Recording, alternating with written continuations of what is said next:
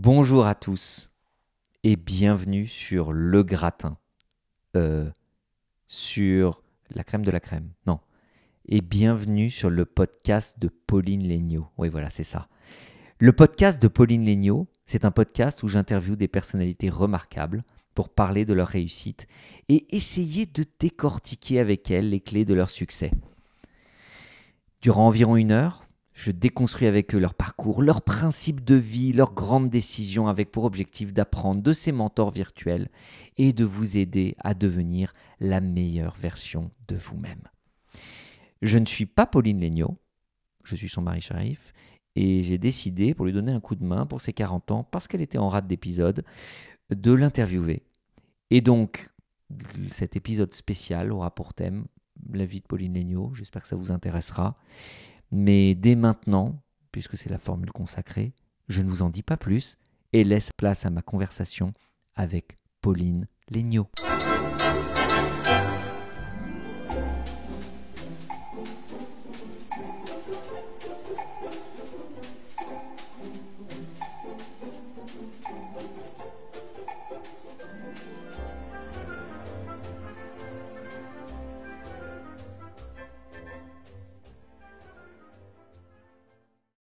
Bonjour Sharif. Bonjour Pauline. C'est bizarre d'être de l'autre côté de la table comme ça. Bah attends de voir ce qui t'attend. J'ai très peur. Mais écoute, merci d'avoir proposé cette belle initiative. Je suis assez effrayée, mais du coup je te laisse procéder, je te laisse officier. Eh bien, chère Pauline, aujourd'hui ce que je vous propose, puisque je vais vous voyer, c'est un exercice de style. Pour cet épisode spécial à l'occasion de vos 40 ans. Je crois que vous venez d'avoir 40 ans. Je vais les avoir dans quelques jours au moment où on diffuse cet épisode. D'accord, c'est quelle date ? C'est le 29 juillet. Donc le 29 juillet, vous allez avoir 40 ans et à l'occasion de cet anniversaire spécial, vous aviez l'air un petit peu en rade, chère Pauline, d'épisode. Tout à fait. Et je vous ai proposé d'essayer de vous donner un coup de main avec un épisode un peu spécial. Donc cet exercice L'été a été dur au niveau des épisodes, oui. Et donc un exercice de style dans lequel je vais jouer le rôle de Pauline Léniaud. Je vais le faire avec moins de brio que Pauline Léniaud, mais je vais essayer de vous interroger, Pauline, pour comprendre, essayer de faire un update au moins, de comprendre qui vous êtes et de traiter votre parcours comme vous traitez ceux de vos invités en général, c'est-à-dire un parcours de personnalité exceptionnelle. Je vous cite pour décortiquer les succès et vous aider à devenir la meilleure version de vous-même. Mais je me serais certainement pas invitée sur mon propre podcast. Heureusement, tu es là. Vous êtes là. On va se vous voyer. Très bien. Alors, chère Pauline, bienvenue sur le podcast de Pauline Léniaud. L'introduction a déjà eu lieu pour nos invités. Et donc aujourd'hui, je vais plonger directement avec quelque chose. Je sais que vous aimez troubler vos invités avec quelque chose que vous êtes allé chercher dans leur histoire. Et en l'occurrence, je suis allé ouvrir votre compte Steam, Madame Léniaud, c'est-à-dire votre compte de gamer, puisque peut-être que les auditeurs ne savent pas que vous êtes une gameuse invétérée. Et donc j'ai vu le nombre d'heures que vous jouez. D'ailleurs parfois que je sois en rate d'épisode, si on est tout à fait honnête. C'est une forme de paresse, donc. Voilà. Et je suis allé regarder donc dans votre compte Steam pour essayer de comprendre combien d'heures vous aviez joué aux différents jeux qui sont inscrits dans Steam. Alors, il se trouve que certains jeux comme League of Legends, Teamfight Tactics ne sont pas sous Steam, donc je n'ai pas le nombre d'heures malheureusement. Mais je vais vous dire ce que j'ai trouvé. J'ai trouvé Skyrim 75 heures. Excellent jeu, magnifique. Heroes of Might and Magic 100 heures. Et là où je suis effrayé, et même pour ma vie personnelle, je découvre Civilization 5 450 heures et Civilization 6 250 heures. Alors du coup, la question qui me vient, Pauline Léniaud, c'est déjà, est-ce que c'est énorme 450 heures et 250 heures, est-ce que autant d'heures sont des jeux très difficiles, donc on est obligé de s'entraîner. Et alors qu'est-ce qui se passe dans votre tête quand vous consacrez 450 heures de votre vie à des jeux vidéo de ce genre? Et est-ce que c'est du temps que vous ne consacrez pas à devenir la meilleure version de vous-même, à être exceptionnel? Est-ce que vous pouvez nous en parler de ces deux jeux, Civilization 5 et 6? Et ce qui est troublant, donc, c'est que Civilization 5, 450 heures, Civilization 6, 250 heures, vous avez moins joué à la dernière version qu'à la version précédente. Alors c'est une excellente question et en même temps, donc c'est sûr que j'ai un peu honte d'avouer publiquement que je suis assez addict à Civilization et surtout pas très bonne malgré ces 600 heures de jeu. Mais aussi, si je vois le positif, je me rends compte que j'ai passé beaucoup de temps à faire des choses inutiles et que j'arrive néanmoins à rester mariée avec un époux formidable, voir mes amis, travailler, avoir un podcast. Et donc, je me dis que je dois pas être si mauvaise en organisation de mon temps parce que je fais quand même des trucs parfaitement inutiles et j'arrive à caser ça dans un programme déjà bien chargé. Donc vous revendiquez ces heures. Mais oui, j'en suis pas peu fière au final et je me rends compte que finalement, j'arrive à bien mener ma barque. Pourquoi est-ce que vous allez me dire je joue par plaisir et surtout par détente? Et j'ai réalisé que quand je suis très fatiguée, il n'y a rien de tel pour moi que d'éteindre mon cerveau avec un bon vieux jeu vidéo. Et donc c'est vrai que j'ai eu la fâcheuse habitude de disparaître, je crois, pendant des week-ends entiers. Et d'ailleurs mon mari à l'époque m'en voulait de temps en temps parce que je commençais une partie de Civilization et puis c'est fort long, c'est difficile, on se bat, parfois on perd, on remet des nouveaux enregistrements. Et donc je me retrouvais dans une situation où je jouais quasiment, franchement, 48 heures de suite, quoi. Donc c'était souvent quand même vraiment des espèces de tunnels de jeu pendant 48 heures, plus que de manière fréquente et répétée par petites doses.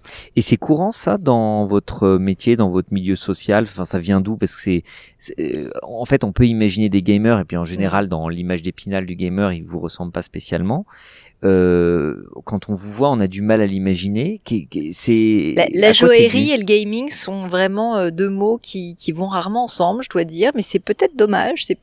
Je trouve que ça apprend beaucoup de choses. J'avoue que j'ai commencé très jeune, l'addiction a commencé tôt, puisque mon père, qui lui-même n'est pourtant pas un fanat d'informatique, nous avait offert à la famille un Atari, et donc j'ai découvert le monde de l'informatique très jeune, et donc j'ai toujours eu un petit côté légèrement geek qui pourtant n'est pas ma nature première parce que je suis une littéraire, que franchement je sais pas très très bien calculer ou faire de l'arithmétique, mais le jeu et l'informatique ça m'a toujours plu et donc c'est souvent passé par des jeux justement, et donc ça a d'abord commencé quand j'étais toute petite avec un Atari, ensuite je suis passée sur PC, donc moi j'étais très PC je dois vous dire, et je jouais à des jeux sur PC, donc ça m'est resté, c'est peut-être un peu ma Madeleine de Proust, et c'est pour ça peut-être que j'aime bien le faire et que ça me détend, mais c'est oui je dois dire c'est une addiction un peu inavouable mais que j'assume. Et donc le gaming, c'est pas réservé aux garçons?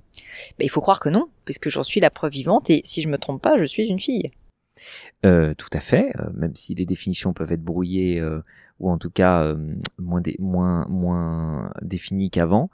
C'est quelque chose que vous avez cultivé pour cultiver une différence, c'est quelque chose que vous avez dont vous vous rendiez compte de la caractéristique de l'unicité que vous avez cultivé volontairement, ou c'est quelque chose de purement naturel chez vous? Ah, c'est purement naturel. Ça n'est pas un calcul de jouer. Ça n'est pas un calcul de positionnement de personnalité publique. C'est vrai qu'on peut se dire, quand on y pense, que ça fait partie de la plateforme de marque Pauline Léniaud. Non, mais ça vous rend sympathique. Joaillier. Alors, je sais pas tout le monde, tout le monde n'aime pas le gaming, mais c'est qui je suis, et peut-être ce petit grain de folie fait partie de ma personnalité, et j'espère que les auditeurs de ce podcast et puis les personnes qui me suivent sur les réseaux trouvent ça sympathique, même si, franchement, j'en parle pas trop sur les réseaux. Et maintenant que j'y pense, c'est peut-être une erreur. Je devrais peut-être créer un compte Instagram où je parle beaucoup plus de gaming. Si ça se trouve, j'aurais plein de succès. Et pourquoi Civilization 6 moins que Civilization 5? C'est un détail avant qu'on plonge dans le cœur de l'interview. J'ai jamais accroché avec Civilization 5, mais si on n'était pas sûr... Avec Civilization 6, pardon. En réalité, je crois que c'est le 4 que j'avais préféré. Et à mon avis, là, le nombre d'heures est encore bien au-delà. Oui, c'est pas sur le compte Steam, exactement. Mais j'aurais pu être effrayé. Je pense que là, j'ai perdu quelques années de vie à jouer à Civilization. D'accord. Et donc, Civilization 6, il y a une raison pour laquelle vous n'avez pas il est devenu trop compliqué et finalement, j'aime les plaisirs simples d'un jeu un peu bête et méchant. On n'a pas besoin de trop réfléchir et là, il y a vraiment trop de complexité pour moi. D'accord. Vous estimez avoir eu enregistré un certain nombre de succès sur ces jeux, ces différents jeux, Heroes of Might and Magic, Skyrim?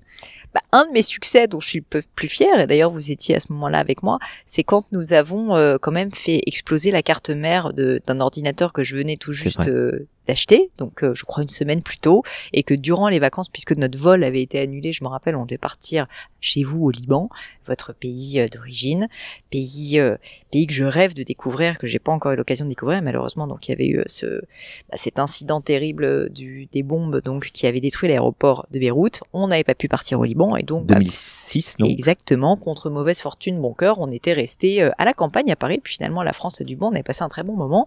Et puis du coup, je m'étais dit, comme il n'avait pas fait très très beau, allez, hop, on se lance dans une nouvelle partie avec mon nouvel ordinateur de Heroes of Might and Magic. Et là, je pense que l'addiction a été poussée à son comble parce que la frustration de ne pas manger libanais pendant 2 semaines, en plus le soleil qui faisait cruellement défaut et qui faisait qu'il pleuvait beaucoup, a fait que je me suis complètement jetée à bras-le-corps dans cette addiction totale. Et donc j'ai vraiment fait exploser la carte mère de ce nouvel ordinateur. C'est un peu une fierté, je dois dire, parce que je pense que tout le monde n'y arrive pas. Parce qu'elle a trop chauffé, c'est ça? Elle a trop chauffé.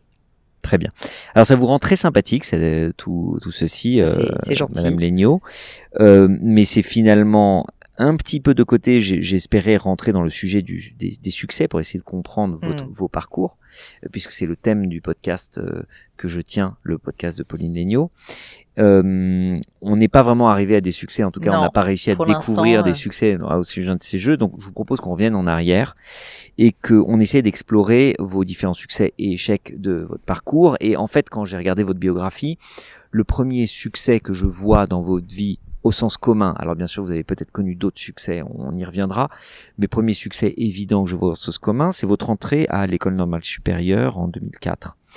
Vous confirmez que c'est la première fois que vous avez eu la sensation de vivre un succès au sens un peu traditionnel du terme, ou est-ce que j'ai raté dans votre biographie d'autres succès de votre passé? J'ai essayé de regarder un petit peu et j'ai la sensation que c'est le plus évident au sens canonique du terme succès. Oui, je pense que c'est le plus évident, et d'autant plus que j'étais en réalité au lycée et au collège une élève, je dirais, j'ai toujours été une élève correcte, mais j'étais pas très travailleuse.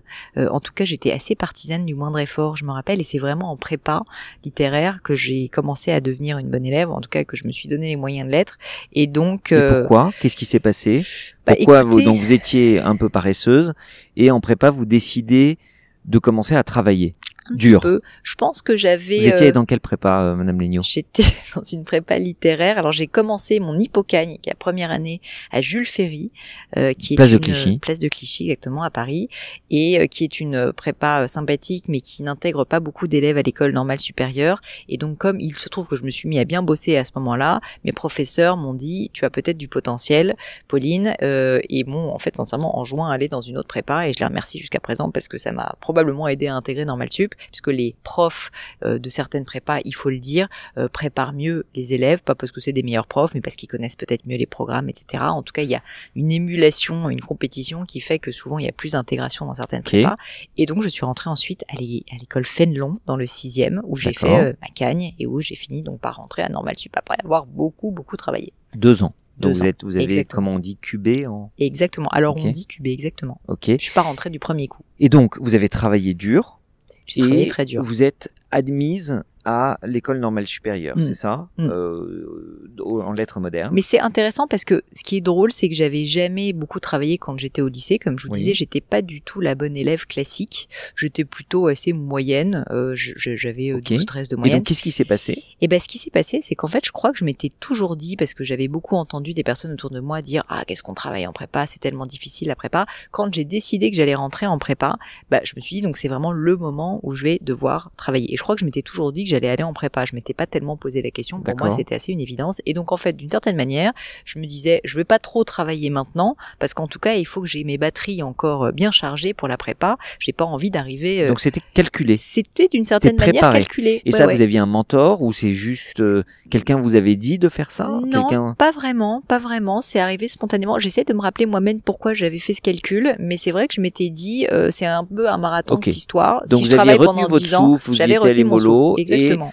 pendant la prépa surtout, donc à Fénelon, Ce là, qui les était un 2 dernières calcul années. moyen aussi, parce que du coup, j'étais pas rentrée dans les meilleures prépas, puisque Oui. Jules Ferry, comme je disais, n'était pas la meilleure prépa, parce que j'avais pas des si bonnes notes que ça, et c'est après que j'avais dû faire mes preuves, et Ok. donc, voilà. Donc là, vous travaillez et vous êtes admise à l'école normale supérieure. Après un échec, donc c'est important de le dire, j'ai pas réussi du premier coup, et je Premier me suis échec pas qui laissée vous a, abattre. et qui vous a pas abattu. Pas du tout, parce qu'en fait, j'ai été sous-admissible, alors que j'avais pas foutu Ça veut dire grand-chose. quoi, sous-admissible? Ça veut dire que j'étais pas très loin d'être admissible. Admissible, c'est quand ensuite on passe la deuxième étape des épreuves. D'accord, donc c'est Après très les épreuves hiérarchisé, écrites, ce concours. C'est très hiérarchisé. Pour nos auditeurs qui ne connaissent pas. Donc c'est Exactement. un peu comme la classe économie, la premium économie avec plus de place pour les jambes, et puis la business, et puis la première. C'est ça, il crée un peu un système pour qu'on sache où on se situe, On a et les si on est loin, où on est pas. sous-admissibles. Et les sous-admissibles, les sous-A dans le jargon. Les sous-A. Les sous-A, c'est ceux qui sont pas très loin d'avoir une chance D'être un A. jour d'intégrer. Et donc Mais on se être dit, A, ça veut pas dire qu'on est admis. non, On est la admissible. moitié des admissibles qui sont pas pris. Donc même D'accord. ça, c'est quand même encore une gageure. Mais Et ça suffit à créer cette envie,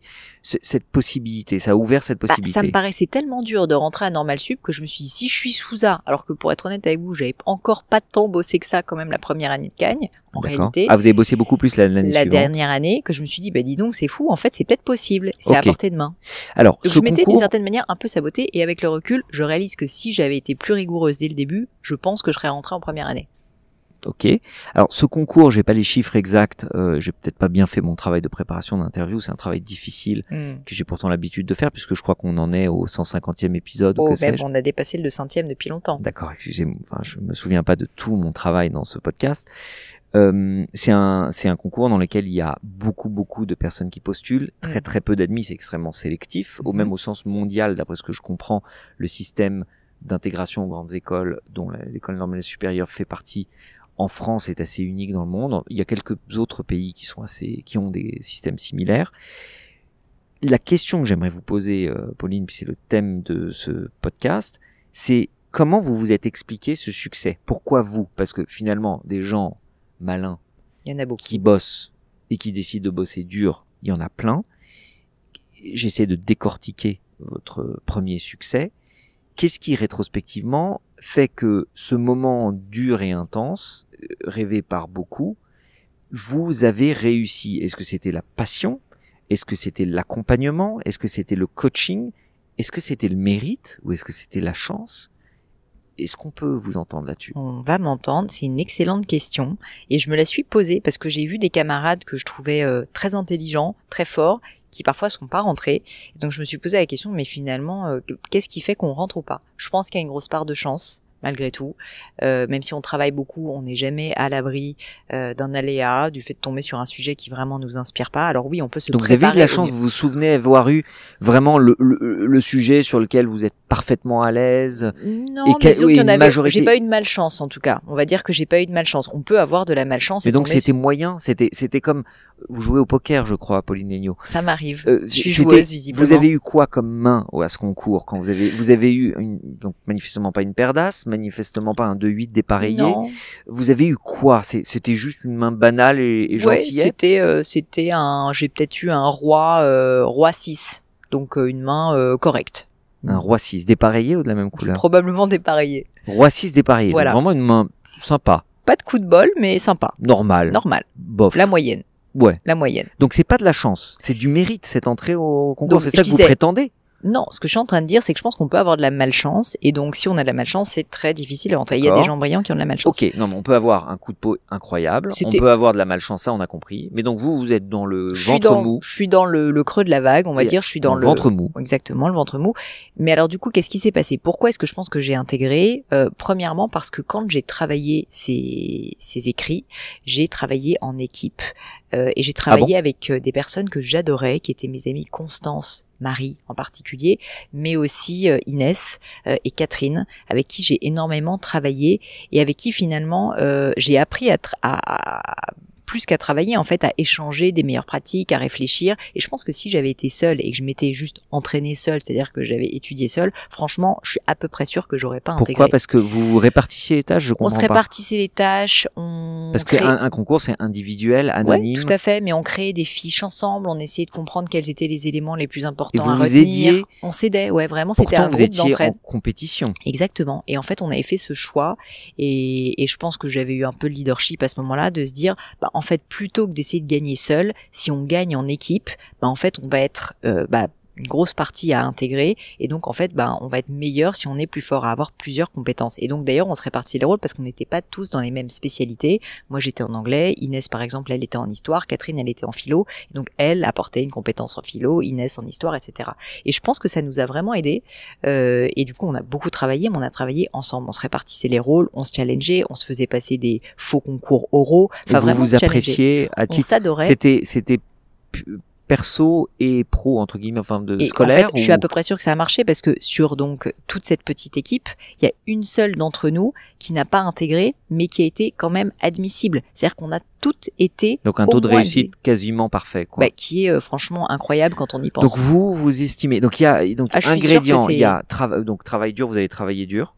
On a travaillé très dur. Une équipe bien choisie avec laquelle vous vous entendiez. Rétrospectivement, vous savez comment vous avez fait pour trouver cette équipe? Parce que souvent, on entend beaucoup d'entrepreneurs qui s'associent avec des gens qui ont envie de frapper au bout de 2 minutes, des gens qui se déchirent à la mort à travers d'avocats. C'était pas ultra conscient, franchement, en réalité. Ça s'est fait naturel. Mais ça c'est coup de chance alors. Du coup là, il y a de nouveau de la chance. Ça s'est fait par affinité, c'est-à-dire que j'ai commencé, pour tout vous dire, à travailler avec d'autres personnes. Et la première année, j'ai fait un groupe pareil, mais avec d'autres personnes et avec lesquelles ça s'est pas mal passé, mais on avait moins d'affinité, on travaillait différemment et je pense qu'on n'était pas assez complémentaires. Et donc la deuxième année de Caen, j'ai choisi d'autres partenaires. Et vous avez choisi d'autres partenaires dans un processus conscient d'améliorer l'équipe et les composantes et les raisons de l'équipe, ou vous n'avez pas réfléchi? Si, c'était pas parfaitement délibéré au sens où je me suis pas dit il faut absolument que j'ai dans mon équipe, etc. Mais par contre, je savais que je voulais travailler pas seule parce que moi j'avais du mal à travailler toute seule chez moi. Je me motivais mais vous aviez travaillé en équipe la première année. Exactement. Et donc j'ai compris que la première année c'était pas les personnes qui me convenaient. Et du coup ça veut dire quoi? Ça veut dire qu'on avait des manières. C'était des personnalités vraiment très sympas. Hein, c'est pas le sujet, mais en l'occurrence c'était des personnes qui travaillaient de manière beaucoup plus, moi ce que j'estimais fastidieuse et beaucoup plus je dirais en mettant moins de bon sens, en essayant moins de prendre des raccourcis ou d'être malin, en essayant d'être plutôt bons élèves. Et moi en fait j'avais une personnalité où je voulais avoir des personnes qui seraient mes collègues, qui auraient plus une culture du résultat et d'essayer d'aller à l'efficacité. Enfin, au moindre effort. En tout cas à l'efficacité, parce qu'il y a beaucoup d'efforts, mais pour y arriver, il faut faire mieux que les autres et donc il faut être le plus efficace possible. Ok, donc ça s'apparente pas exactement de la chance. En fait, vous dites, vous avez mis du travail et vous avez itéré sur un début, donc il y a un travail en équipe, mais même la structure de travail en équipe a été itérée, c'est-à-dire que vous avez essayé une équipe et vous avez renouvelé l'équipe, et le renouvellement d'équipe combiné au travail avec une main moyenne normale vous a permis à rentrer dans ce concours extrêmement sélectif. Exactement. D'être admise à ce concours sélectif. Ok, merci beaucoup, très intéressant. Merci pour ces questions passionnantes. Non, mais c'est hyper intéressant. Je me rends compte que je ne savais pas tout, même si j'ai beaucoup étudié votre vie, je ne savais pas. Ça fait 18 ans que vous l'étudiez quand même. Ça fait 18 ans que j'étudie votre vie et je ne connais pas mal de choses que je sais, mais pas mal de choses que je suis heureux de découvrir. Et vraiment, c'est assez sincère quand je vous pose ces questions. On va enchaîner sur votre prochain succès que j'ai trouvé dans votre biographie. Je m'interrogeais. Et je m'interroge, et nos auditeurs s'interrogent pour comprendre, essayer de décortiquer qu'est-ce qui fait un succès, qu'est-ce qui fait un échec. Et alors justement, en 2007, je crois que c'est 2007, excusez-moi si je me trompe d'une année, vous êtes reçu à l'agrégation d'anglais. Ouais. Et je crois que l'agrégation, à nouveau, est un concours difficile, peut-être moins difficile, moins sélectif, avec un taux de réussite moins réduit que il est moins compétitif, mais il est plus exigeant. Moins compétitif, c'est-à-dire qu'il y a moins de personnes qui essayent de, il y a plus de place par rapport au pool de gens qui présentent. En tout cas dans l'agrégation d'anglais, exactement. Parce que ça dépend, il y a des agrégations où c'est pas le cas. Qui sont très sélectives, comme philosophie, par exemple. Philosophie, c'est très dur. Et c'est quoi des agrégations où le taux est beaucoup plus, à l'inverse, beaucoup plus large pour notre crois, culture. Je veux pas vous dire de bêtises, mais il me semble que je veux pas vous dire de bêtises. Bon, okay, pas grave. Mais anglais fait partie des agrégations plutôt et pas donc, trop difficiles. Vous êtes rentré à nouveau avec succès à cette agrégation. Vous êtes admise à cette agrégation. Mais je disais que c'était plus exigeant parce que pour le coup, le concours, moi je me rappelle, ça a été au niveau de la charge de travail encore. Je pensais avoir beaucoup travaillé dans ma vie, mais je peux vous dire que quand j'ai dû passer l'agrég et qu'en fait chaque épreuve c'est entre 7 et 8 heures. Et à faire des dissertations, c'est en fait, mais vous y passez la journée, quoi. C'est quand même assez incroyable. Et donc c'est sur des sujets pendant la très dissertation, techniques. mais aussi pour la préparation, il faut apprendre beaucoup de choses, il faut travailler beaucoup de choses. Ouais, honnêtement, c'est un niveau, et du coup, je respecte beaucoup les personnes qui passent ce concours. C'est un niveau d'exigence de travail qui est assez colossal, franchement. Ok. On pourrait, on va pas le faire là, réfléchir à est-ce que c'était utile, non, on va pas le faire là, puisque ça ne l'était pas. Non, mais de comprendre à quoi servent ce genre de concours, qu'est-ce que vous apprenez, qu'est-ce que vous en retenez. Mais aujourd'hui, on va plutôt s'intéresser. Donc, vous êtes admise, et comment vous vous expliquez là encore le succès à nouveau? Pourquoi vous? Chance ou mérite?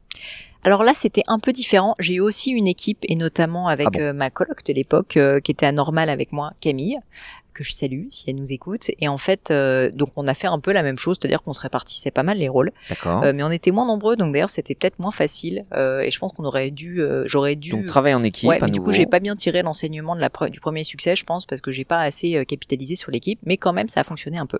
Je dirais que là, pour le coup, la grande différence, je me rappellerai tout le temps, en fait, toute ma vie, ça m'a marqué quand j'ai fait ma première dissertation de littérature anglaise pour l'agrégation. Je crois que j'ai eu 4 ou 5, enfin vraiment une super mauvaise note.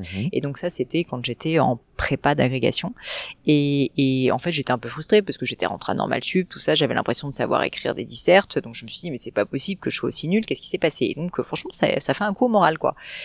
Et en fait, en relisant les notes du professeur, en essayant de creuser, en lisant aussi des copies d'autres personnes qui avaient eu des meilleures notes que moi, et ça c'était très intéressant de voir le succès chez les autres, et ben j'ai réalisé une chose, c'est que j'avais fait, en fait l'exercice n'était pas du tout, enfin je n'avais pas bien réalisé l'exercice, et que je pensais savoir maîtriser l'exercice, mais que ce n'était pas le cas, et qu'en fait mon job, pour réussir à avoir des bonnes notes, c'était de réussir à être le plus pédagogique possible. Et donc même si c'était une dissertation qui durait, que je devais écrire pendant 7 heures, en gros j'étais pas là pour faire une thèse, j'étais là pour expliquer, j'étais là pour montrer que j'étais très didactique et donc je devais être extrêmement structurée dans cette approche de dissertation. D'accord. Parce qu'en fait les gens qu'on recrute pour l'agrégation c'est des chercheurs et des enseignants et donc on veut tester d'une certaine manière leur capacité à être clair. Donc ce que vous êtes en train de dire c'est qu'il y avait du travail à nouveau, acharné, un peu d'équipe, même si c'était plus réduite, et de l'observation de réussite. De l'observation de réussite et de l'analyse de quels étaient les facteurs clés de succès. D'accord. Et quand j'ai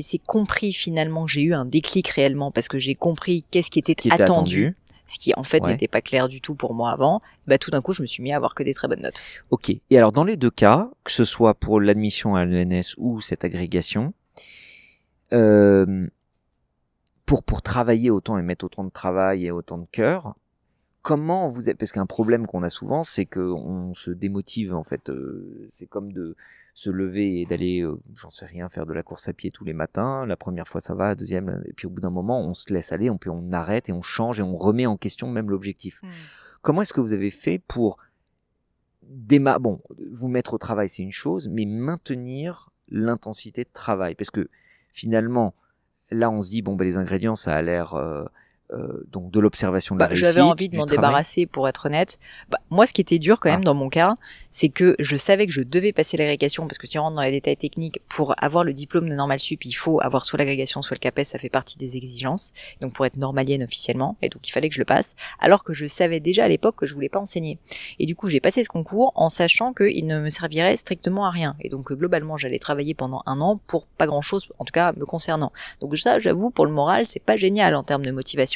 Mais pour autant, j'ai pas trop eu de problème de motivation parce que je l'ai pas vu comme ça. Je me suis juste dit, c'est un passage obligé, j'ai pas le choix. Quand il faut y aller, il faut y aller. Et du coup, en fait, je me suis pas trop posé de questions. Je le faisais, quoi. C'était un peu une obligation. Vous n'avez jamais cédé à la remise en question de l'objectif lui-même.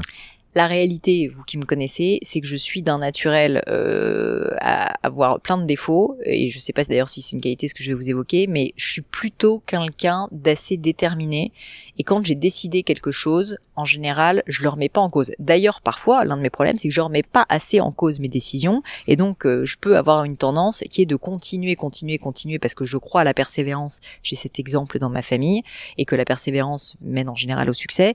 Et donc quand je prends une décision, en général, je suis prête à y passer beaucoup de temps, à beaucoup travailler et à pas m'arrêter avant que ça marche. Donc ça a des avantages, ça a des inconvénients, c'est que parfois je prends pas la voie la plus simple parce que je pourrais décider d'arrêter de passer à autre chose. Mais là en l'occurrence, je me suis pas tellement posé la question parce que ça fait juste partie de ma personnalité et je pense de mon éducation que quand on veut quelque chose, en fait il faut se donner les moyens et du coup il faut bosser quoi. Ok, alors là ça va être intéressant, on va aller 2 années plus tard, en 2009, puisque là vous passez 2 concours en parallèle, donc on va sortir des concours au bout d'un moment parce que là vous êtes la typique bête à concours pour l'instant. Moi, j'ai pas fait grand-chose à part faire des concours dans votre histoire. Pour l'instant, en tout cas oui. Et donc en 2009, vous passez le concours de l'ENA et de HEC. C'est quasiment une caricature. Je suis désolé, après l'ENS et la Greg, l'ENA et HEC, on pourrait discuter de ce que ça signifie, mais ce qu'on constate, j'espère que tout le monde ne va pas me détester après ce podcast quand même, parce que là, c'est difficile votre histoire.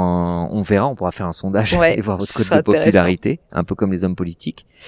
Vous les passez à peu près en même temps, et là, vous réussissez l'entrée à HEC, vous êtes admise à HEC, et vous échouez à l'entrée à l'ENA. Et donc, la question va être... Salement en plus. Salement. Ça veut dire quoi, salement? Un bon échec, quoi. C'est pas, on n'est pas passé. C'est pas, vous êtes passé. J'étais pas sous A, quoi, là. Vous étiez pas sous A. Vous étiez admissible quand même? Oui. Ah, donc c'est pas mal. Oui, mais ce que je veux dire, c'est que j'ai raté les oraux lamentablement. Ok, alors justement, ma question est la suivante. J'imagine que pour préparer l'ENA, vous avez... Alors, je fais un pari. Vous avez travaillé dur, vous avez travaillé en équipe, vous avez essayé d'observer... Pas trop travailler en équipe. Mon travail en équipe, c'est plutôt réduit dans le temps. Ah bon? Oui. Pourquoi? Parce que j'aimerais comprendre qu'est-ce qui fait que, alors qu'on a réussi tout, là, l'ENA, il y a un échec. C'est drôle. Mais alors, vous savez quoi? J'y avais jamais pensé. J'ai travaillé en équipe pour HEC. C'est un effet de style que vous disiez que vous y avez jamais pensé? Non, je viens d'avoir cette réalisation. Ah, d'accord. J'ai travaillé en équipe pour rentrer à HEC. Et je n'ai pas travaillé en équipe pour rentrer à l'ENA.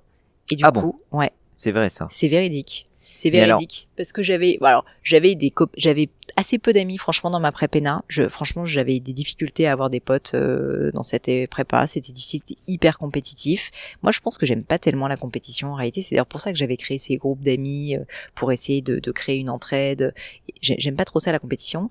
Et donc, je pense que je souffrais pas mal à l'ENA. J'aimais pas du tout l'ambiance. Je me rappelle d'ailleurs une fois, j'avais demandé la prépéna, exactement. J'avais demandé à certains camarades qui étaient meilleurs que moi de lire leurs copies. Typiquement, ils me disaient non, jamais de la vie. Enfin, vous voyez, c'était vraiment ambiance pas très sympa, pas du tout d'entraide. Et donc, honnêtement, je l'avais assez mal vécu. En revanche, il se trouve qu'il y avait dans cette prépéna 2 personnes qui préparaient aussi HEC en parallèle, comme moi.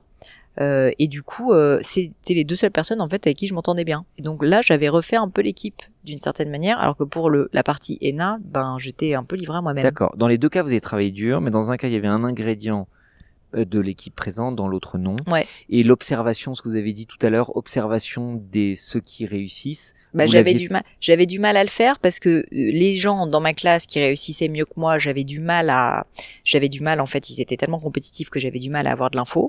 Non, mais tout à l'heure, quand vous parliez de la grecque, vous aviez accès à des copies de gens qui ont réussi, un truc comme ça? Oui, qui étaient les gens de ma classe en fait qui avaient mieux réussi que moi, à qui j'avais demandé. Ouais, c'est ça. Et là, si j'ai quand même essayé, du coup, je me suis fait mentorer par Sophie, que je remercie, qui a passé beaucoup de temps à me mentorer entièrement gracieusement, enfin vraiment un amour, et qui m'a donné plein de conseils en fait. Et elle en fait c'est une énarque, donc elle était rentrée à l'ENA et donc elle m'aidait, elle me corrigeait mes copies. Donc j'avais quand même été aller chercher un mentor qui m'aidait et qui m'a fait passer des entretiens. Donc ça aussi, observation de la réussite, un minimum. Mais ce qui d'ailleurs explique à mon avis le fait que j'ai quand même été admissible, quoi. Ok, mais pas de travail en équipe. Quasiment donc pas. Donc si on veut simplifier la vie n'étant jamais simple. C'est probablement faux ce qu'on est en train de raconter, mais on s'amuse, on est en podcast.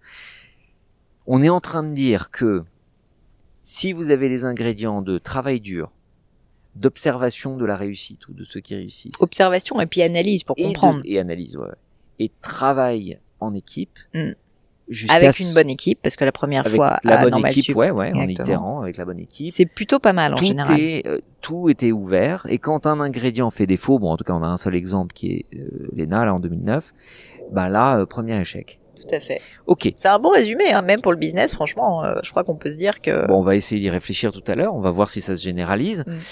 On va faire une petite pause là, parce que là je vous ai un petit peu grillé de questions.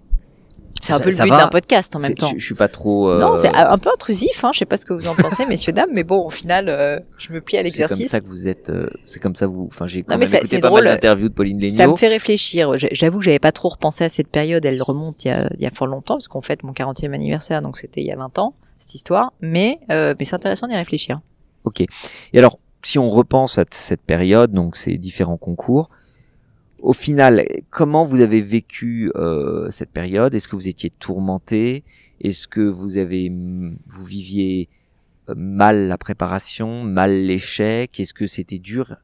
Comment émotionnellement toute cette période rétrospectivement vous en souvenez? Il y a eu plein de moments différents, donc je peux pas faire de généralité. Normal Sup, j'ai très mal vécu ma première année, probablement parce que j'avais pas d'équipe, pas d'amis. En fait, l'humain comptait vachement pour moi, et le fait de pas être entouré par des personnes en qui j'avais confiance, qui me faisaient confiance, de pas avoir cette équipe, ça me faisait souffrir. Ça aussi, c'est peut-être un bon enseignement. Quand on est bien accompagné, globalement, on prend plus de plaisir dans son travail, et donc on n'a pas l'impression de travailler. Et d'ailleurs, la deuxième année, alors que j'ai plus travaillé et que je suis rentrée à Normal Sup, j'ai pas tellement souffert, franchement, de la période. Au contraire, je me suis éclatée et j'ai passé un super moment en prépa parce que j'avais des super amis que j'adorais et avec qui franchement je travaillais hyper bien. Okay. L'ENA, c'est l'inverse, j'avais pas d'amis donc ça allait pas. Donc voilà, tout ça pour dire que c'était pas un long fleuve tranquille. Et si on reprend les trois concours là qu'on a évoqués, donc l'ENS, la Greg, dans 4 concours, l'ENS, la Greg, HEC et l'ENA, ça reste comique quand on le dit. Rétrospectivement, quels ont été... Ce que vous savez pas, c'est que j'ai passé en plus les concours pour m'entraîner à l'ENA de plein de concours administratifs. En plus, quoi. Juste le pour concours le de Super Picsou géant aussi, peut-être. J'aurais pu, franchement, à ce stade. Bon, rétrospectivement, si on prend ces 4 concours,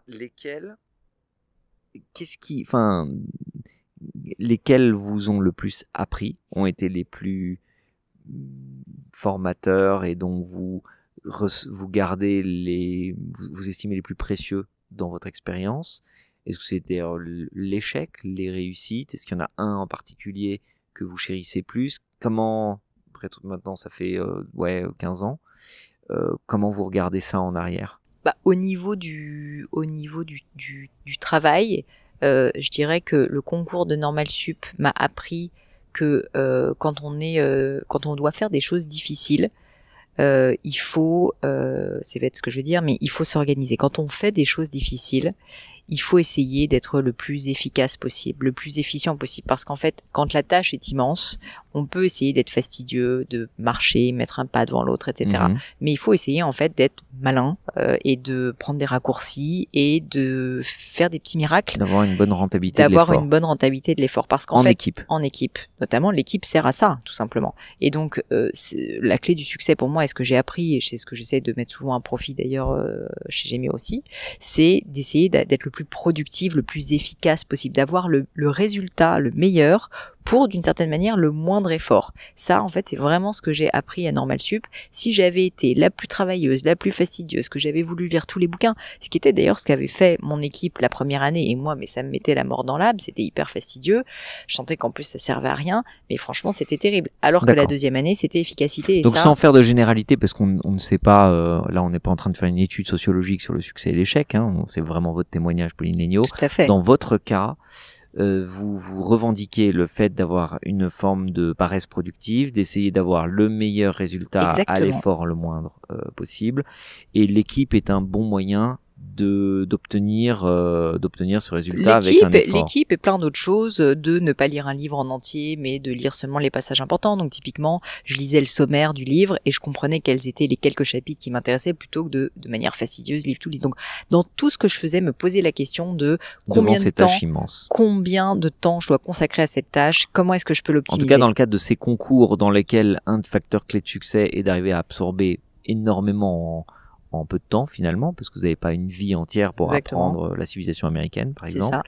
c'était un facteur clé de succès. Donc ça, c'est le premier point. Et le deuxième point, c'est plus pour l'agrég que je l'ai appris. C'est ce que je vous disais, c'était le fait de réellement comprendre qu'est-ce qui était attendu de moi. Et je pense que je m'étais jamais vraiment posé ces questions en ces termes. C'est-à-dire que j'avais pas compris à Normal Sup que, enfin, je me disais, il faut faire une dissertation, une bonne dissertation. C'est à l'agrégation que j'ai compris que c'était un concours qui était fait pour recruter des enseignements et que dans ce cadre, des enseignants, pardon, et que dans ce cadre, il y avait un certain nombre de critères qui étaient les critères importants, les critères qui comptaient, que ça n'était pas tous les critères. Et donc, en fait, se poser en permanence, avant de se lancer dans une tâche, la question de qu'est-ce qui est attendu ou qu'est-ce qui est le facteur clé de succès, en fait, c'est assez essentiel. Et là aussi, c'est un gain de temps énorme parce que plutôt que d'essayer toutes les pistes possibles ou plutôt que d'essayer juste de faire les choses bien, je voulais faire les choses pour qu'elles marchent. Et ça, c'est un état d'esprit qui est fondamentalement différent et qui est l'état d'esprit que j'essaye de cultiver aussi, bien sûr, chez Gemio. Ok.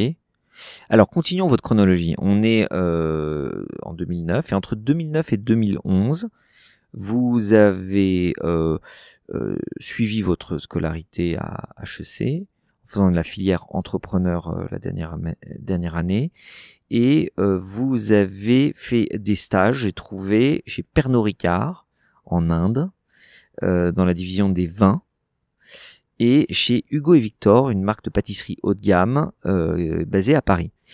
Est-ce que vous voulez parler, que ce soit de HEC, Pernod Ricard ou Hugo et Victor, comme en termes d'échecs, de réussite? C'est toujours notre enquête aujourd'hui, notre fil conducteur. Est-ce que vous considérez que vous avez vécu des échecs ou des réussites pendant ces 2 années? Bon, je dirais pas que c'était des échecs ou des réussites, c'était des moments hyper intéressants pour moi parce que j'ai découvert le monde de l'entreprise. Moi, j'ai été une bête à concours, à part écrire des dissertations, je savais pas faire grand-chose, faut être honnête. Et donc là, j'ai été pour la première fois confrontée à la réalité du terrain. C'était des stages, mais je me suis investie dedans, mais comme si c'était ma boîte, quoi. Vraiment, je mangeais, je dormais, je buvais et vous avez pour mes aimé activités. l'expérience? J'ai adoré. Alors, l'Inde, j'ai adoré l'Inde. J'ai adoré le fait d'être jeté, d'aller, devoir avec mon baluchon essayer de vendre à des Indiens. Vous faisiez tous quoi des hommes. Chez Pernod Ricard? En gros, j'étais plus ou moins commercial. J'essayais de vendre les vins de Pernod Ricard indiens, qui étaient quand même pas très très bons ces vins. Donc des vins, on des espère vins que made in. personne nous écoute de chez Pernod Désolé Ricard. Pernod Ricard, mais vous faites plein de choses très bien, mais les vins indiens sont pas le mieux du mieux, on va dire. Et donc je devais les vendre à des Indiens qui, en plus, n'aiment pas boire du vin. Ils aiment globalement que le whisky. Donc autant vous dire que c'était pas une mince affaire, que j'étais une femme. Vous faites des raccourcis, Madame Legnaud. Non, c'est la vérité. Je suis une femme, comme on se le disait tout à l'heure, et puis par ailleurs, je suis pas indienne. Et donc tout ça faisait qu'il y avait un certain nombre de challenges quand même pour réussir à accomplir cette tâche. Et ben j'ai adoré relever le challenge. C'était pas facile, j'y arrivais pas tous les jours. C'était parfois fatigant. J'ai quand même eu le palu en plus, donc il y a eu des difficultés. Mais j'ai adoré le fait qu'on me laisse, que j'ai pu être créative, le côté mais complètement aventure en fait de l'Inde. Ça m'a plu. J'ai adoré. D'accord, donc pas échec, pas réussite, aventure. Aventure, j'ai découvert la joie de l'aventure. Et Hugo et Victor, c'était autre chose. Donc là, j'ai testé pour la première fois le fait de travailler dans une petite boîte parce que ça venait d'être créé. Hugo et Victor, c'était donc une pâtisserie haut de gamme. Et donc j'avais envoyé qui existe toujours et qui se porte très bien. Le flagship est Boulevard Raspail et surtout très très développé en Asie et au Japon en particulier. D'accord. Et donc j'avais envie de tester de travailler dans le monde de notamment de la pâtisserie qui m'intéressait. Et donc j'avais envoyé une lettre de candidature qui avait été acceptée. Pourquoi la pâtisserie? Globalement, le monde de la nourriture haut de gamme, de l'alimentation haut de gamme, de la restauration m'intéressait. Je m'étais dit, finalement, c'est un stage. On est là pour apprendre, pour voir si ça nous plaît. Donc, je vais tester. Okay, voilà. Très bien. Et donc, j'avais envoyé des candidatures à plusieurs boîtes, notamment celle-ci. J'avais lu un article dessus. Mais ce qui n'est pas un secteur réputé pour être facile quand on découvre le monde de l'entreprise. Parce mais que visiblement, ça me dérange pas que ce soit pas facile. Ouais. Et en tout cas, plus par passion, j'avais envie de tester ça. Je suis gourmande, j'aime bien les pâtisseries, j'avais envie d'y aller. Et donc, il se trouve que j'ai été reçue pour le stage. Et donc, j'ai fait mon stage et je devais être bras droit du directeur général de l'entreprise. Et ça, je tiens juste à dire, c'était sympa aussi comme idée que j'avais eue, c'était de proposer des candidatures spontanées où j'avais expliqué que je voulais être un peu corvéable à merci, franchement. Un shadow, c'est-à-dire être en permanence avec le directeur pour apprendre à ses côtés, lui être surtout le plus utile possible et que moi j'étais très cher. Pas coûter cher du tout et lui l'aider en fait au maximum. Okay. Et moi alors, au passage en bénéficier et apprendre. J'ai adoré aussi parce que j'ai appris tellement de choses. Alors ça partait dans tous les sens, c'était un peu bordélique, je travaillais beaucoup, franchement la vérité c'est que je travaillais je pense tous les week-ends, je travaillais quasiment tout le soir. À l'époque nous étions déjà fiancés cher ami, mais vous étiez aux États-Unis donc on se voyait pas beaucoup. On n'était pas fiancés, on était ensemble mais on n'était pas fiancés et vous étiez aux États-Unis donc j'avais du temps. Je me souviens que vous conduisiez des camionnettes. Ouais. des espèces de tuk-tuk géants avec des pâtisseries à l'arrière. Je faisais tout, franchement. Et ça, vous, normalienne agrégé, je faisais de la vente le week-end. Et ça vous posait pas problème? J'adorais ça. C'était pas la pénibilité du travail? C'était pas non seulement pas la pénibilité, mais j'adorais ça. J'ai découvert que j'adorais le terrain. Pourquoi? J'adorais l'action. J'adorais voir parce que les vous effets aviez, de mes mais actions. c'était, vous la couliez douce, parce que ça avait l'air varié, ce que vous faisiez. Ah, c'était sacrément varié. Dans une même journée, je me rappelle, une fois, j'avais participé à une levée de fonds. J'avais dû faire, effectivement, me lever le matin à 6-7 heures du matin pour aller faire de l'emballage de chocolat où en plus il fait 15 degrés, il fait glacial dans les usines à chocolat, et ensuite faire de la livraison pas dans des soir. conditions forcément agréables. Honnêtement, mais ce que j'adorais c'était la variété justement, c'est que je changeais tout le temps 150 000 et fois le de tout, de vous job dans étiez la journée. stagiaire. J'étais Et vous stagiaire. étiez stagiaire payé 5 000 € par mois ou... Ah non, pas tout à fait. Bah au début je me rappelle pas si. Je crois je que sais pas si on a payée... le droit de le dire, mais il y a peut-être Si, prescription. on peut. Non, mais j'étais clairement payé très peu, hein, ça on peut se le dire. C'est-à-dire quoi très peu? Ça veut dire 6 000 € par mois? Non, je me rappelle pas. Je pense que j'étais payé 600 €, un truc comme ça. D'accord. Et donc vous faisiez camionnette, transpalette. Je pense sincèrement que je congélo. bossais 75 à 80 heures par semaine parce que je bossais le week-end. Sincèrement, Mais alors, je crois que je comment? bossais quasiment Et tous vous les aviez week-ends. un plaisir là-dessus? Mais J'adorais. vous êtes workaholic, madame? Bah peut-être. C'est un problème, cher docteur. Mais j'ai du mal à le croire. Je vais vous lire le nombre d'heures, je vais vous relire le nombre d'heures sur Civilisation Bah 5. oui, c'est bizarre. Hein. Accrochez-vous. Donc je suis workaholic aussi. Ça. Non, Non. mais j'aimais ça. En fait, je prenais tellement de plaisir dans ce que je faisais. J'apprenais tellement de choses que juste je m'éclatais. Et donc comme je m'éclatais, je continuais. Après, au bout d'un moment, la lassitude est un peu arrivée. Et au bout j'ai fait ce stage pendant 9 mois.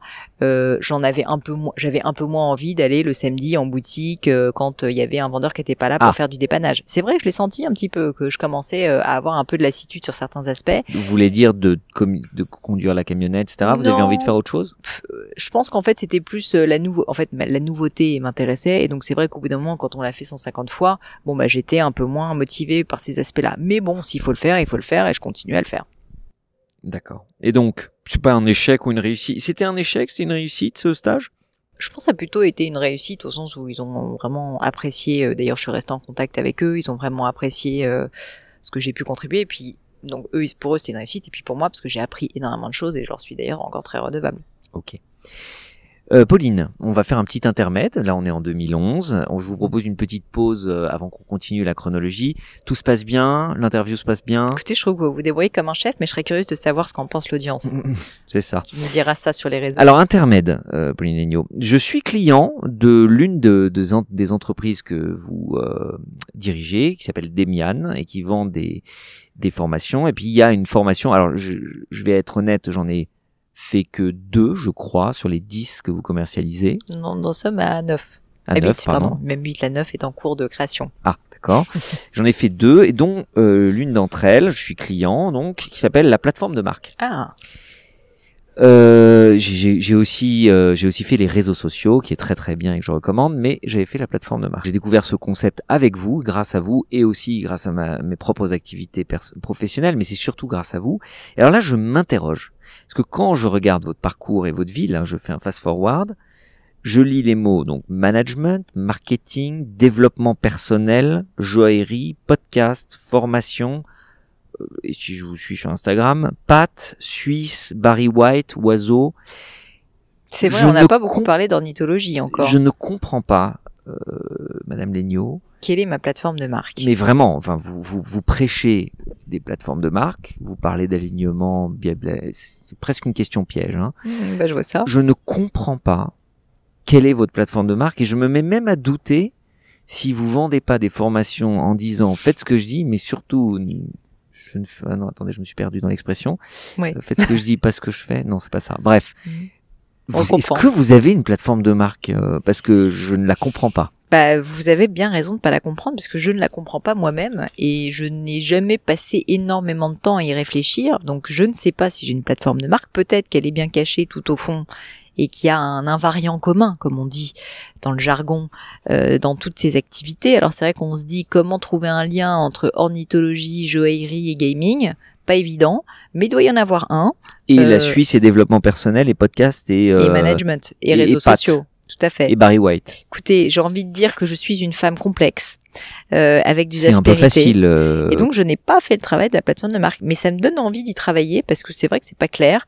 En même temps, je me dis, est-ce que c'est ce j'ai qu'on appelle envie... le personal branding. C'est un peu ce qu'on appelle le personal branding et du coup j'en fais pas tellement contrairement à ce qu'on peut penser puisque j'ai pas tellement décidé de quelle Donc allait vous être êtes ma marque. cordonnier, c'est-à-dire que le cordonnier est le plus mal chaussé. Exactement. Vous expliquez aux gens comment faire leur plateforme de marque et aux marques, mais vous-même, vous êtes perdu, Madame non, Léniaud mais d'ailleurs j'ai pas fait de formation sur le personal branding parce que Non, mais sur la plateforme de marque. oui, mais sur la plateforme de marque d'entreprise et ça pour le coup je sais le faire et je l'ai fait à plusieurs reprises comme Ah. vous le savez pour Gemio et d'ailleurs pour Demian également.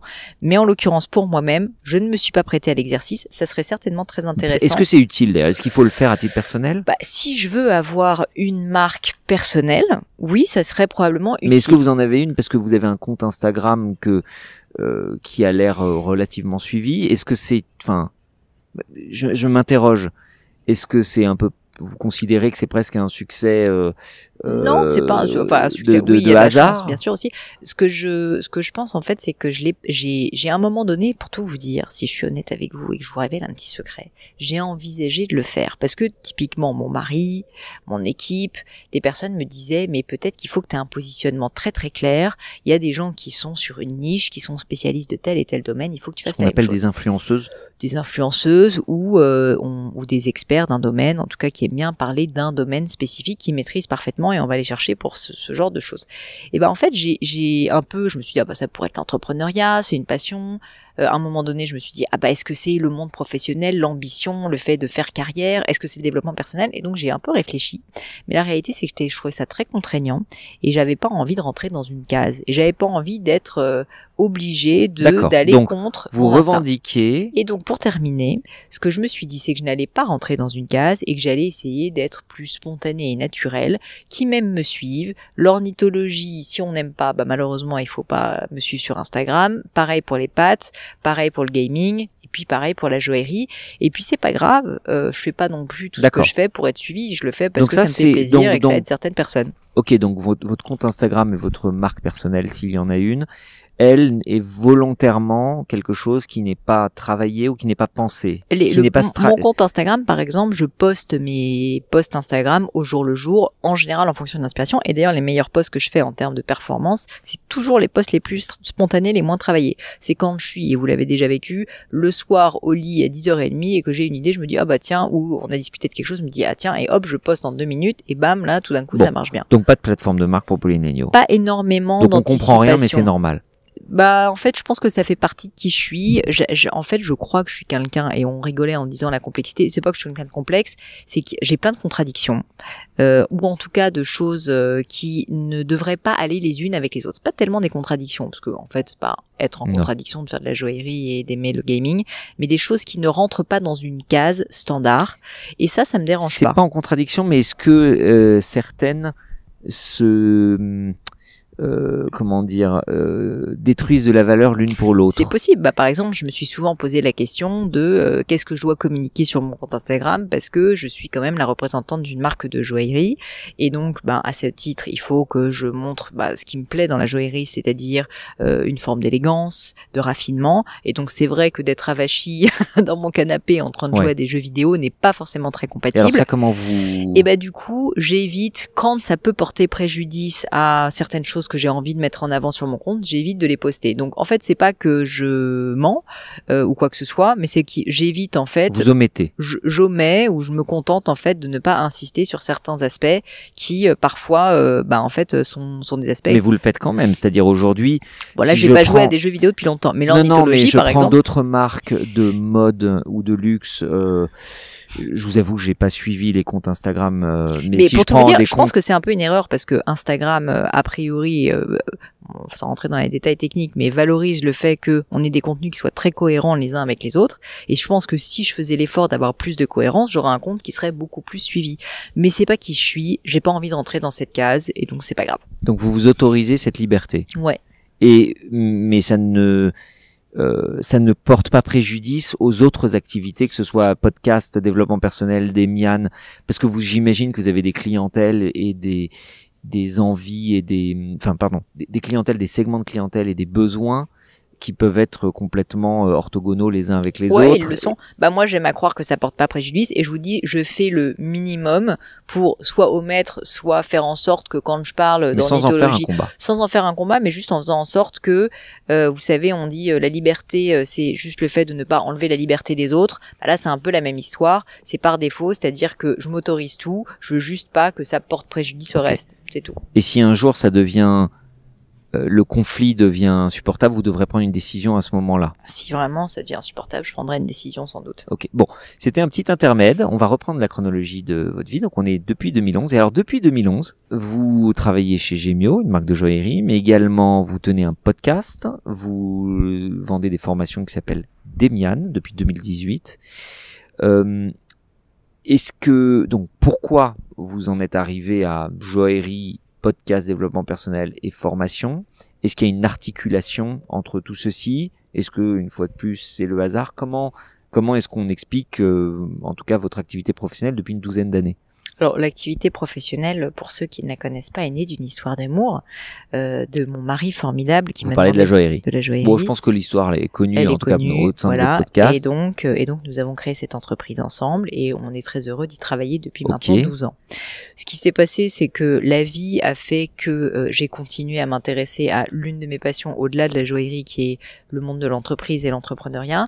Et donc j'écoutais des podcasts sur l'entrepreneuriat qui en plus avaient le double avantage de m'apprendre des choses et de me faire me sentir bien parce que j'ai eu des moments comme tout entrepreneur qui étaient des moments difficiles où j'étais parfois franchement pas au top au niveau de la forme. Et donc les podcasts, moi ça m'a beaucoup aidé à ces moments-là, enfin, vous le savez d'ailleurs, où je partais courir pendant 1 heure, parfois même sous la pluie, mais c'était mon moment à moi.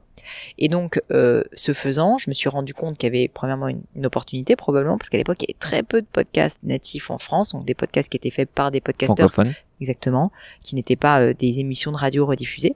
Donc j'ai l'entrepreneur en moi, on va dire, c'est à nouveau réveillé.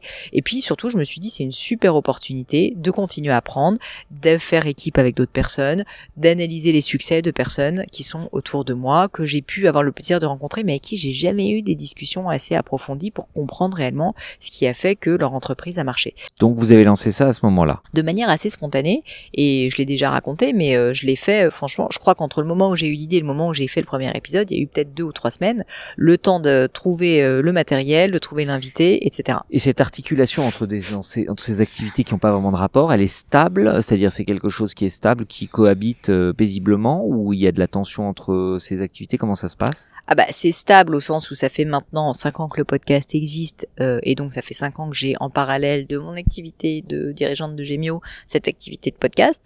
Les formations, ça fait maintenant 2 ans que ça existe, donc là aussi ça fait un petit bout, enfin en tout cas ça commence à faire un moment. Par contre là où ça cohabite pas toujours bien, c'est que ça fait du travail supplémentaire et ça fait plein d'activités différentes avec des équipes parfois différentes, et donc c'est vrai que l'organisation et le fait d'être efficace et de se concentrer sur la substantifique moelle, j'ai envie de dire que c'est le cœur de mon quotidien, parce que si je faisais pas ça, j'y arriverais pas. Et donc on me demande souvent, mais comment tu fais pour avoir toutes ces activités?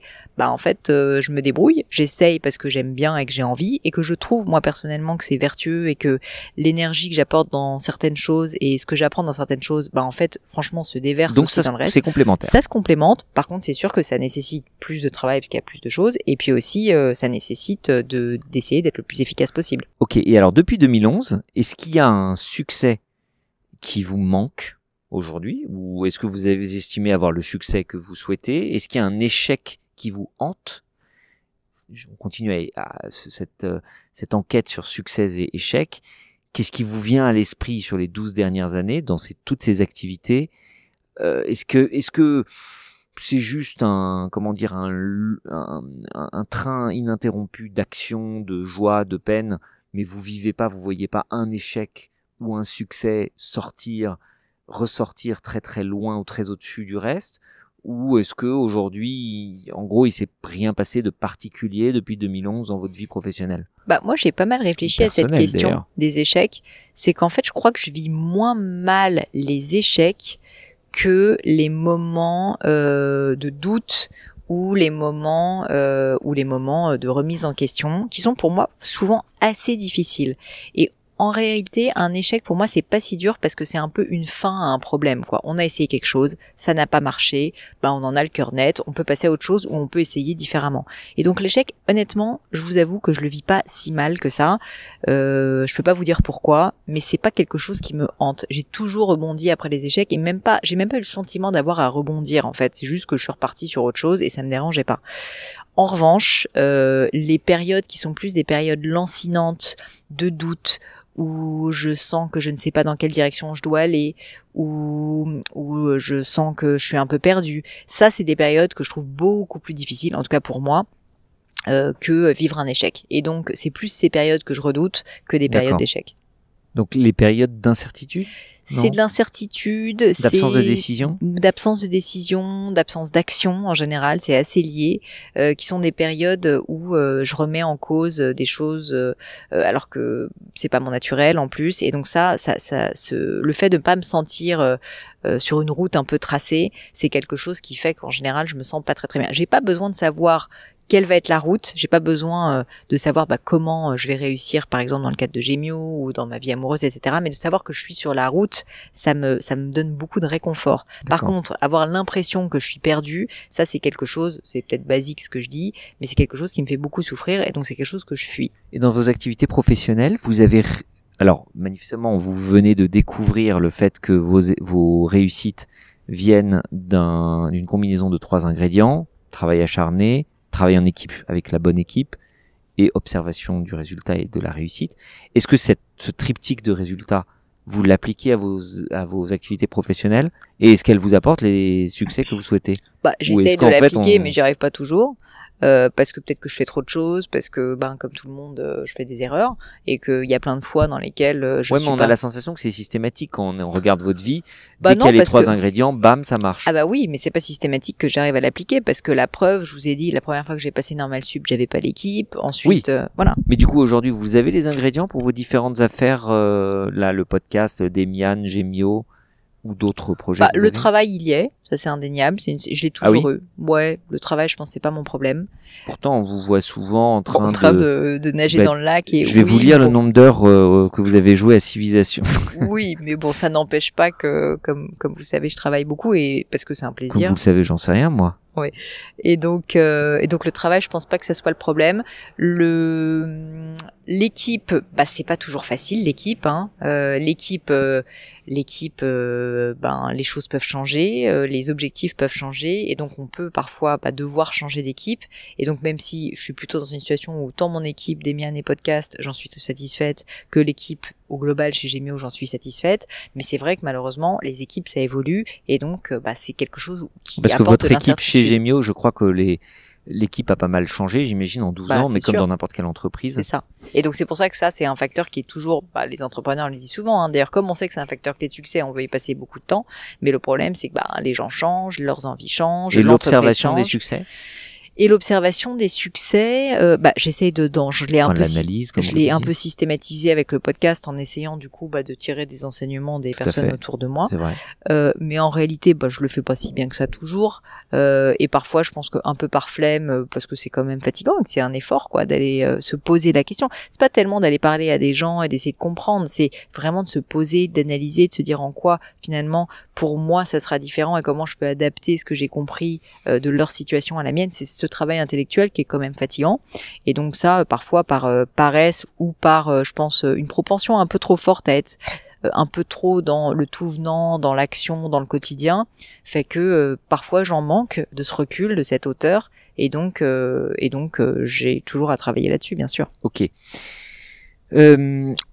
J'ai remarqué que donc là vous allez avoir 40 ans, vous n'avez pas d'enfant, donc votre vie est entièrement tournée, d'après ce que je comprends, autour de l'entreprise, et un petit peu des oiseaux, du gaming, de Barry White et des pâtes, on l'a remarqué, et de la Suisse, mais pas mal de l'entreprise. Et j'ai retrouvé une citation de vous qui était parue dans un grand journal de français il y a des années. Ah bon. Je vous cite: à l'époque, je voyais le monde de l'entreprise comme un outil d'asservissement au service de patrons et d'actionnaires. C'était oublier que les vêtements que je portais, les aliments dont je me nourrissais et et l'iPhone sur lequel je pianotais frénétiquement étaient tous les fruits d'une entreprise et du courage de ses fondateurs et de ses dirigeants. Est-ce que donc vous êtes aujourd'hui dirigeante et fondatrice de certaines sociétés? Bon, et j'aurais pu préciser à l'époque et aussi de ses collaborateurs parce que c'est pas juste le dirigeant qui a créé l'iPhone. Alors non, mais justement ma question c'est vous vous estimez courageuse parce qu'en fait là vous parlez du courage des fondateurs et des dirigeants. Alors, on n'est pas en train de dire on a parlé beaucoup du travail en équipe, mais vous vous estimez courageuse vous? Bon, on peut toujours être plus courageux, hein, c'est sûr. Mais je pense que je suis plutôt d'un naturel courageux, au sens où. Et ça, c'est un facteur clé de succès ou pas? Ou c'est spécifique à votre métier ou spécifique à la création d'entreprise? Est-ce que être salarié dans une vie professionnelle, on peut être salarié, ne pas être courageux et enregistrer des succès? Une fois de plus, je vous rappelle le thème de ce podcast, Madame Legnaud. On essaye de comprendre ce qui fait le succès et de décortiquer les succès. Donc j'essaye de pousser, de comprendre ce qui est de l'ordre du tronc commun et ce qui est de l'ordre de la spécificité de votre situation particulière.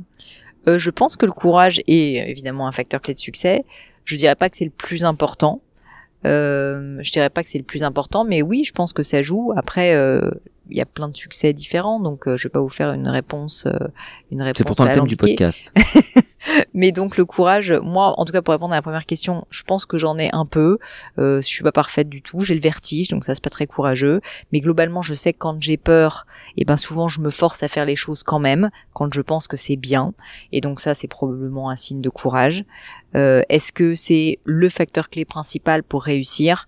Je pense pas. Je pense que c'est l'un des critères qui compte. Il faut du courage. Je pense qu'il faut du courage parce que je pense qu'il faut du courage d'oser dire les choses qui déplaisent, vis-à-vis de soi-même, de s'avouer les choses qu'on n'a pas envie de s'avouer pour réussir, de connaître ses forces, de connaître ses faiblesses. Tout ça, ça nécessite du discernement, mais en fait du courage, parce que si on n'a pas de courage, en fait, on reste finalement enfermé dans ses croyances. Vous avez un exemple de quelqu'un qui manque de courage ou d'un comportement qui manque de courage? Bah oui, typiquement quand on pense quelque chose de quelqu'un ou quelque chose d'une situation et qu'on ne le dit pas, ça c'est un manque de courage. D'accord. Donc en fait, ok, bon, c'est très clair. Donc, Pauline Legnaud, vous avez donc presque 40 ans. Merci de le rappeler avec beaucoup d'emphase. Vous avez 40 ans et donc au bout de 40 ans, la question qu'on se pose et qu'on aimerait, sur laquelle on aimerait avoir votre réponse, c'est est-ce que vous êtes heureuse? Et en fonction de ce que vous allez répondre, en fait, ça paraît un peu sorti de mon chapeau comme question, c'est qu'on s'interroge sur, rétrospectivement, quelles sont les décisions qui vous ont mis sur le chemin du bonheur si vous êtes heureuse et quelles sont les décisions qui ont pu vous en écarter si vous ne l'êtes pas. Donc rétrospectivement, on fait 40 ans fast forward, une fois de plus on essaie d'en tirer des enseignements pour être la meilleure version de nous-mêmes. Vous faites très bien ma voix. Donc, est-ce que vous êtes heureuse? Et qu'est-ce qui vous a mis sur le chemin du bonheur? Et inversement. Je suis heureuse. Vous êtes heureuse? Ouais, je suis heureuse. Je crois qu'il y a une phrase que j'aime beaucoup qui dit que le bonheur, c'est le fait de désirer ce que l'on a. Et je trouve que cette phrase est très belle. C'est de qui? C'est une bonne. On ira voir sur Google. On ira voir sur Google. Peut-être que vous l'avez mal cité. C'est un truc dans le genre. En tout cas, l'intention est là et donc cette phrase je l'aime beaucoup parce que je trouve qu'elle est assez vraie. Et donc qu'est-ce que j'ai que j'apprécie? Alors j'ai un mari depuis 18 ans qui me supporte et que je supporte. Et avec lequel j'ai choisi de faire ma vie, et c'est bête à dire, mais en fait c'est quand même globalement la personne la plus importante de ma vie, et c'est la personne la plus importante je trouve que dans nos vies, il faut pas négliger le couple, parce qu'en fait c'est quand même quelqu'un avec qui on va passer beaucoup de temps, c'est quelqu'un qui va nous influencer énormément. Okay. Vous flattez ce mari? Non, je le flatte pas, mais je pense que c'est important pour l'audience de savoir, au-delà de toi qui es là, c'est important de savoir que ce choix fondamental en fait de la personne avec laquelle vous allez vivre, c'est un choix décisif. Ok, donc ça, c'est un choix qui vous a mis sur le chemin du bonheur. C'est un choix qui m'a mis sur le chemin du bonheur. Ça paraît un peu évident. Ouais, ça paraît évident, mais c'était pas si facile à l'époque parce que ça vaut la peine d'investir là-dessus. J'ai investi très tôt dessus, mon mari aussi. On a fait beaucoup de choix et beaucoup de sacrifices pour que ça marche. On a fait 4 ans de longue distance quand même, donc on a fait un sacré nombre de choix pour que ça fonctionne. D'accord. Dans les autres choix de bonheur, qui vous ont mis sur le chemin du bonheur. Qui m'ont mis sur le chemin du bonheur, ça a été d'arrêter d'essayer de faire plaisir et d'arrêter d'essayer de rentrer dans des cases, mais de m'écouter et de finalement faire plaisir à qui ? De faire plaisir notamment à ma famille, aux règles sociales, on va dire à ce qui était attendu de moi ou ce que je pensais qui était attendu de moi. Et donc le fait de devenir entrepreneur, de créer une entreprise à mon image, en tout cas à celle de notre image avec mon mari, ça c'est quelque chose qui m'a rendue heureuse. Je peux vous arrêter un instant parce que vous voyez un truc qui me gêne là. Vous dites c'est parce que en gros parce que je me suis écouté. En fait, j'ai arrêté de répondre aux règles sociales, etc. Mais du coup, pour être heureux, faut-il s'écouter en permanence ? Non, mais je pense qu'il faut savoir ce qui nous convient quand même. Mais donc il faut s'écouter. Parce qu'en fait, il faut savoir s'écouter, oui. En fait, il y a un truc qui me Mais s'écouter veut pas dire qu'on ne va pas travailler. Ah. Et veut pas dire qu'on n'a pas d'ambition. C'est une confusion. S'écouter, ça veut pas dire qu'on va rien faire. Ça veut dire se comprendre. Aller dans la direction qui est la bonne pour nous. Exactement. Donc, mais il faut de la discipline. C'est pas s'écouter juste, c'est-à-dire céder à l'envie, à l'impulsion. Parce qu'on peut aujourd'hui, dans les sociétés riches dans lesquelles on vit, on a, dans les pays riches en tout cas, on a on a une infinité de possibilités et de parcours possibles, sans honnêtement avoir avec une probabilité faible de se retrouver dans une situation dans laquelle les besoins basiques de nos vies ne sont pas remplis. Et donc, c'est un vrai tourment pour beaucoup de gens dans ces sociétés de savoir comment trouver leur direction. Et on s'interroge et on a beaucoup d'injonctions contradictoires aujourd'hui entre il faut s'écouter uniquement et j'ai envie de partir à Bali faire du yoga, j'ai envie de et de vivre la vie professionnelle uniquement sur la base des envies et des impulsions, et à l'inverse une morale de l'effort, de la discipline, mais qui du coup enferme peut-être dans des normes sociales, enferme dans ce que la famille, ce que la société attend de nous, ce que l'image de certaines personnes autour de nous attend de nous. Comment est-ce qu'on navigue entre les deux ? Je vais vous donner 2 exemples pour expliciter le propos. Moi, je suis d'origine littéraire, et donc je vais vous donner un exemple qui est la poésie. La poésie, ça fonctionne parce qu'il y a 2 choses. Il y a des règles. Par exemple, quand on fait un sonnet, il y a un certain nombre de règles pour réussir à faire un sonnet. En fait, ce sont des contraintes. Ça s'appelle des contraintes. Et en fait, on ne fait pas un sonnet sans ces contraintes. Donc, il faut de la contrainte.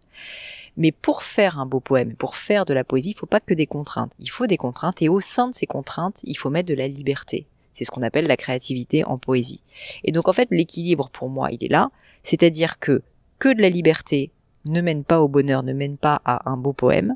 Si vous mettez uniquement de la contrainte, ça ne mène pas non plus à un beau poème. Et donc c'est un équilibre, la contrainte doit englober, elle doit être présente, parce qu'en fait sans contrainte, sans règle, on n'arrive pas finalement à exprimer sa créativité. C'est séduisant et on aime beaucoup ce que vous dites et on a envie d'y croire et on se dit ça y est, je touche le bonheur, mais qu'est-ce que ça veut dire concrètement dans une vie ? Parce que c'est quoi la contrainte ? Ça veut dire c'est quoi la créativité ? Parce que la contrainte, c'est ce que les gens attendent de vous, la société, je sais plus ce que vous disiez. Comment vous l'appliquez à une vie et à l'orientation et à la recherche de soi ?